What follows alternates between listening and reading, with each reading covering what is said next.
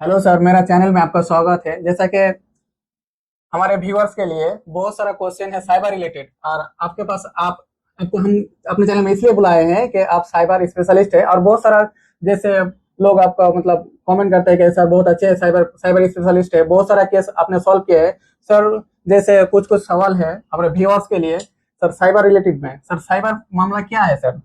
Cyber cases क्यों होता है, तो सबसे पहले मैं बताता हूँ साइबर केसेस क्यों होता है। साइबर केसेस पांच छह कारण से होता है। पहला, अगर आप कोई व्यक्ति किसी से फ्रॉड करता है और सामने वाला जिसके साथ फ्रॉड हुआ वो अगर कंप्लेन कर देता है तो आपका अकाउंट फ्रीज हो सकता है। हाँ सर। दूसरा, अगर आप डॉलर में डील करते हो या क्रिप्टो में डील करते हो और वो विड्रॉ करते हो, तो अगर इनलीगल फंड आपके अकाउंट में कोई डाल देता है तो इसके कारण भी आपका अकाउंट बंद हो जाता है।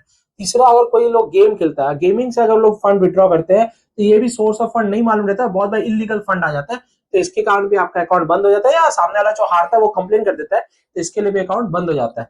और आपका बहुत बार बैंक डायरेक्टली बंद कर देता है, जिसको सस्पिशियस केस बोला जाता है। तो इस केस में बैंक आपका डायरेक्टली अकाउंट बंद कर दिया जाता है। और बहुत बार अकाउंट रेंट पे देने के कारण भी अकाउंट बंद कर दिया जाता है। तो ये सभी मेनली कारण है जिसके कारण आपका अकाउंट बंद हो जा रहा है और आप पे नोटिस आ रहा है, आपके अकाउंट में लियन लग जा रहा है, होल्ड लग जा रहा है या डेबिट फ्रीज हो जा रहा है। सर सस्पिशियस अकाउंट खोलने में कितना देर लगता है? सस्पिशियस अकाउंट खोलने में कितना टाइम लगता है उसके पहले हम लोग जानते हैं सस्पिशियस केस क्या होता है। तो सस्पिशियस केस उस केस को बोला जाता है जिसमें आप बैंक में बहुत ज्यादा ट्रांजेक्शन कर लेते हैं, या आपका ट्रांजेक्शन का नेचर ऐसा रहता है जिसको कि बैंक को देख के डाउट होता है कि ये कोई सस्पेक्ट ट्रांजेक्शन है, मतलब ये transaction not usual in the nature of business, या आपका personal transaction not usual transaction नहीं देखा जाता है। तो इसके कारण बैंक का आरबीआई परमिशन दिया हुआ है, अगर आप ऐसा कभी भी ट्रांजेक्शन ऑब्जर्व करेंगे तो आप अकाउंट को फ्रीज कर सकते हैं। और ये सस्पिशियस अकाउंट को खुलवाने के लिए आपको एक लॉयर को जरूर हायर करना चाहिए, मैं रिकमेंड करूंगा। क्योंकि अगर आप खुद से रिप्लाई करेंगे तो इसमें जस्टिफिकेशन ऑफ ट्रांजेक्शन देना पड़ता है, और अगर वो रिप्लाई अगर आपको पॉजिटिव नहीं रहा, बैंक सेटिस्फाई नहीं रहा, तो आपका अकाउंट खोलने में बहुत मुश्किल हो सकता है।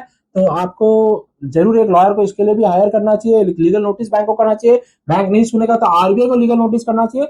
और मोस्टली अगर टाइम के बात किया जाए, जो आप पूछे हमें कितना टाइम लगता है खुलवाने में, तो 5-7 दिन जनरली लगना चाहिए। 7 दिन में अकाउंट खुल जाता है। बहुत बार बैंक अगर अच्छे से कॉपरेट नहीं करता है तो 15-20 दिन भी लग जाता है, मगर 7 दिन में सस्पिशियस केस 90% केसेस में खुल जाता है। सर जैसा कि व्यूअर्स का ये भी क्वेश्चन है, ये भी सवाल है कि सर उसका जो बैंक अकाउंट है, बैंक मैनेजर पूरा अकाउंट का डेबिट स्विच कर देता है, तो उसका उसके लिए क्या करना पड़ेगा? या तो फिर डेबिट स्विच हो जाता है तो विदाउट एनओसी में क्या उसका अकाउंट अनफ्रीज हो सकता है?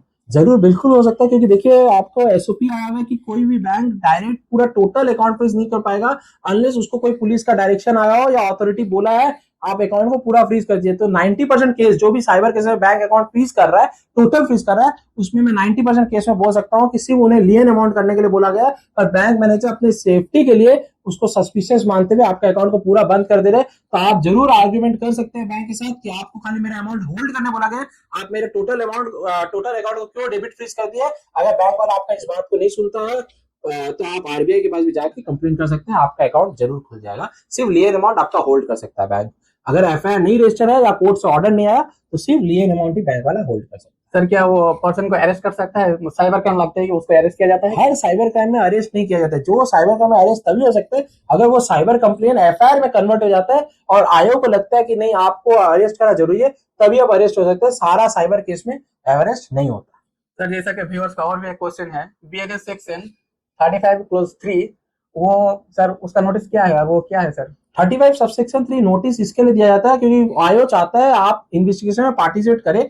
तो ये नोटिस है इन्वेस्टिगेशन में जस्ट पार्टिसिपेट करने के लिए ये नोटिस दिया जाता है। क्लाइंट अगर इसका पार्टिसिपेट नहीं करेंगे, मतलब अगर इन्वॉल्वमेंट नहीं देंगे अपना इन्वेस्टिगेशन में, तो उनके नाम में वारंट इशू हो सकता है और वो अरेस्ट भी हो सकते हैं। तो ये नोटिस का जरूर क्लाइंट से रिक्वेस्ट रहेगा, आपके व्यूअर से भी रिक्वेस्ट रहेगा कि जरूर इसका नोटिस अगर आपको आ रहा है तो जरूर अपने लॉयर से संपर्क करें और इसका रिप्लाई दें, अदरवाइज आपके नाम में वारंट इशू हो सकता है और आप अरेस्ट भी हो सकते हैं।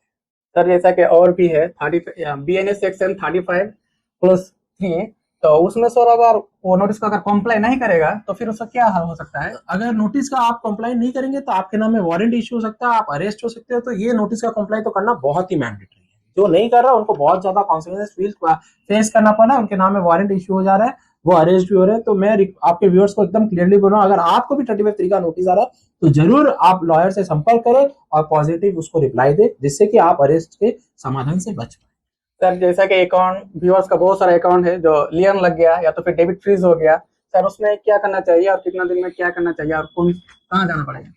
अगर अकाउंट आपका कस्टमर का क्लाइंट्स का लियन हो गया या डेबिट फ्रीज हो गया, तो उनको जितना जल्दी हो उसको एनओसी लेके अपने लियन को डिस्प्यूट को रिजॉल्व कर लेना चाहिए, अदरवाइज उनको लोन लेने में प्रॉब्लम आ सकता है, उस बैंक में वो अकाउंट नहीं खोल पाएंगे। बेसिक कंप्लेन आने से I4C में कंप्लेन हो सकता है, जिसके कारण आपका पैन सस्पेक्ट हो सकता है, तो दूसरे बैंक वाले भी आपका अकाउंट नहीं खोलेंगे। तो इसके लिए मैं रिकमेंड करूंगा, अगर आपको छोटा से छोटा कंप्लेन भी हो या बड़ा से बड़ा कंप्लेन भी हो, आपको एनओसी जरूर ले लेना चाहिए। तरह से आप लोग तो बहुत सारा मतलब क्लाइंट का या तो मेरा व्यूअर्स का भी अनफ्रीज करवाए अकाउंट। जैसे आप बहुत स्पेशलिस्ट है इसके बारे में, आपको सब कुछ नॉलेज है सर। ऐसे आप जान सकते हो सर, मतलब लीगल नोटिस में आप लोग कौन से ऐसी लैंग्वेज लिखते हैं जो बहुत जल्दी अनफ्रीज हो जाता है अकाउंट? इसमें हम लोग बेसिकली 4-5 चीज कवर करते हैं। हम लोग नेचर और ट्रांजेक्शन क्या है क्लाइंट का बताते हैं। हम लोग ये भी मेंशन करते हैं, अगर आपको मेरा क्लाइंट का कोई भी इंटेंशन ऑफ फ्रॉड नहीं है, डायरेक्टली इन्वॉल्वमेंट नहीं है, काफी ज्यादा केस लॉस का भी हम लोग हेल्प लेते हैं, जो कि आयोग पढ़ के आपका जस्टिफिकेशन और ट्रांजेक्शन देते हैं, जो कि बहुत इंपॉर्टेंट है साइबर केसेस में। तो इस तरह से हम लोग बहुत सारे केस लॉ का रेफरेंस देते हैं, और हम लोग बताते हैं कि हमारा क्लाइंट इन्वॉल्व, जब भी आप इन्वेस्टिगेशन बुलाएंगे हमारा क्लाइंट पार्टिसिपेट करेगा। तो इस तरह से हम लोग अकाउंट खुलाने में संभव कर पाते हैं जितना जल्दी हो। सर ये भी होता है क्या कि जहाँ से साइबर क्राइम लगा हुआ है, क्लाइंट बार बार या तो मेरा व्यूअर्स बार बार फोन करता है उसको, तो नंबर ब्लॉक कर देता है, तो सर उसमें क्या होगा? व्यूअर्स का नंबर नहीं ब्लॉक करता है, आपका नंबर में किसी का कंप्लेन आ जाता है, हाँ। तो इसके कारण वो नंबर ब्लॉक हो जाता है। तो नंबर खुलवाने के लिए आपको 7 से 8 दिन लगेगा, इस पे भी आपको एनओसी लेना पड़ता है, तभी आपका नंबर ओपन होता है। नंबर ब्लॉक होता है तो आपको एनओसी लेना पड़ता है। जैसे बैंक अकाउंट खुलवाने के लिए एनओसी का दरकार पड़ता है, वैसे नंबर अगर किसी का मोबाइल नंबर ब्लॉक हो गया तो उसको एनओसी का हेल्प। सर मेरा व्यूअर्स में ये भी क्वेश्चन है कि सर वो मान लीजिए किसी को अकाउंट उधार दे दिया तो मिस यूज हो गया अकाउंट का, तो उसमें सर क्या किया जाएगा? अगर आपके व्यूअर्स अगर अपने क्लाइंट कोई अकाउंट को रेंट पे दे दिया है, तो इस केस में बचने के लिए उनको काउंटर कंप्लेन का हेल्प लेना चाहिए, अदरवाइज पूरा लाइबिलिटी उनके ऊपर आ जाएगा। तो अगर आप भी अपना अकाउंट रेंट पे दिए हैं, आपका अकाउंट भी कोई मिसयूज कर लिया है, तो आप काउंटर कंप्लेन जरूर फाइल करें, तो इस तरह से आप बच सकते हैं। सर जैसे बहुत सारा तो सुन लिया हूँ, मेरा व्यूअर्स को बहुत सारा को पता भी नहीं कि आपका ऑफिस कहाँ है। हमारा नीचे कांटेक्ट नंबर दिया हुआ है, आप कांटेक्ट कर सकते हो। हमारा ऑफिस एयरपोर्ट के पास है, चिनार पार्क एयरपोर्ट के पास है, आप आके भी हमसे संपर्क कर सकते हैं। ऑनलाइन भी अगर आप हमसे कराना चाहते हैं तो हम लीगल नोटिस मेल के थ्रू आपका अकाउंट एनफ्रीज कर सकते हैं। तो आप इंडिया के किसी भी कोने से हो, अगर आपको हम पे संपर्क करना है तो हमारा नीचे में नंबर दिया हुआ है और हमारा एड्रेस भी दिया हुआ है, आप हमसे संपर्क कर सकते थैंक यू सर, बहुत अच्छा हुआ सर सब कुछ नोटिस मिलने के बाद। Thank you. हैं।